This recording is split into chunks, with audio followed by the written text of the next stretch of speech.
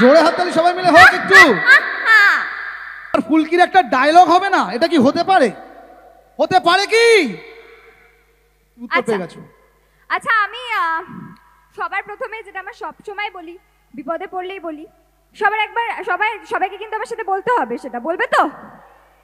জয় মা কালী বলো, জয় মা কালী। এই ডায়লগটা তো সবাই শুনেইছো। আমি নেক্সট যে ডায়লগটা বলবো সেটা আমার খুব পছন্দের। মানে আমি এটা সেটে খালি ডায়লগ বলার জন্য না, মাঝে মাঝে কাউকে ভয় দেখানোর জন্য বলি। তোমরা হয়তো জানো যে আমি চিংড়ি দিদিকে খুব একটা পছন্দ করি না, জানো তো? আমার তমালদাদাকে চিংড়ি দিদি একটু পাত্তা দেয় না, ভালোবাসে না, কিন্তু চিংড়ি দিদি সাজতে খুব ভালোবাসে। তো একদিন আমরা একটা পিকনিকে যাই, সেখানে গিয়ে আমরা সবাই একসাথে আছি, চিংড়ি দিদি আর আমাদের সাথে নেই। চিংড়ি দিদি খালি আমার জামাইবাবুর পেছন পেছন ঘুরে বেড়াচ্ছে। তো আমি একটা প্ল্যান করি, আমি তমালদাদাকে বলি, তমালদাদা আমি তোমায় প্রমিস করছি যে এমন একটা জিনিস করব যার জন্য চিংড়ি দিদি তোমার কাছে চলে আসবে। তমালদাদা বললো, না ফুলকি এটা হবে না, ঈশিতা আমার কাছে আসবে, ও এরকম নয় তুমি যেরকম ভাবছো। আমি বললাম দেখো না। তো সেদিনকে কারেন্ট চলে যায়, আমরা যে বাংলো বাড়িতে গেছিলাম পিকনিক করতে, সেখানে কারেন্ট চলে যায়, কিন্তু তাও কিন্তু চিংড়ি দিদি মেকআপ করা ছাড়ে না, লিপস্টিক পরছিল বসে বসে।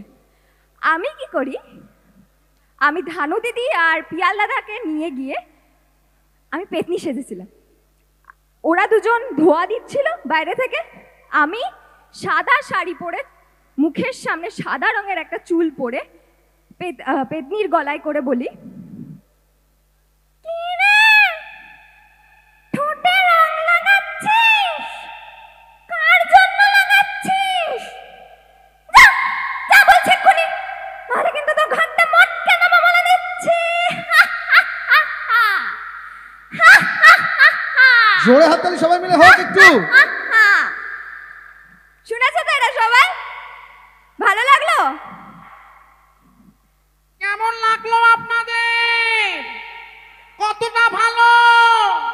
একটু জোরে বলুন, কতটা ভালো? খুব ভালো লেগেছে। আর এদিকে তো এদিকে দর্শককে জিজ্ঞেস করো, আপনাদের কেমন লাগলো ফুলকির ভূতের গলা? হ্যাঁ, আপনি এরকম ভাবে দাঁড়িয়ে থাকুন, বাসের মধ্যে হেলান দিয়ে এরকম করে মুখ থুবড়ে পড়বেন এবার আপনি। এইদিকে বলছে ফুলকি বৌদি করে অনেকক্ষণ ধরে চিৎকার করছিল।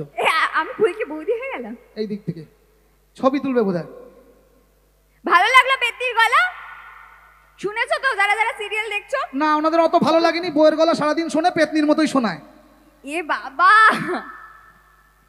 আরো একটা ডান্স পারফরমেন্স আমরা ফুলকির কাছ থেকে দেখে নিতে চাই, এবং এটাই ফুলকির শেষ পারফরমেন্স। তাই আমি চাই আরো একবার সবাই মিলে যারা যারা এখানে উপস্থিত আছেন সুলতানপুরের এই বিদ্যাসাগর ক্রীড়াঙ্গনে, সবার হাতটা একটু বার করুন বাইরে, একটু জোরে হাততালি দিন, কারণ একজন আর্টিস্টের কাছে এটা একটা উপহার, যে উপহারটা অতি সহজে আপনারা সবাই দিতে পারেন।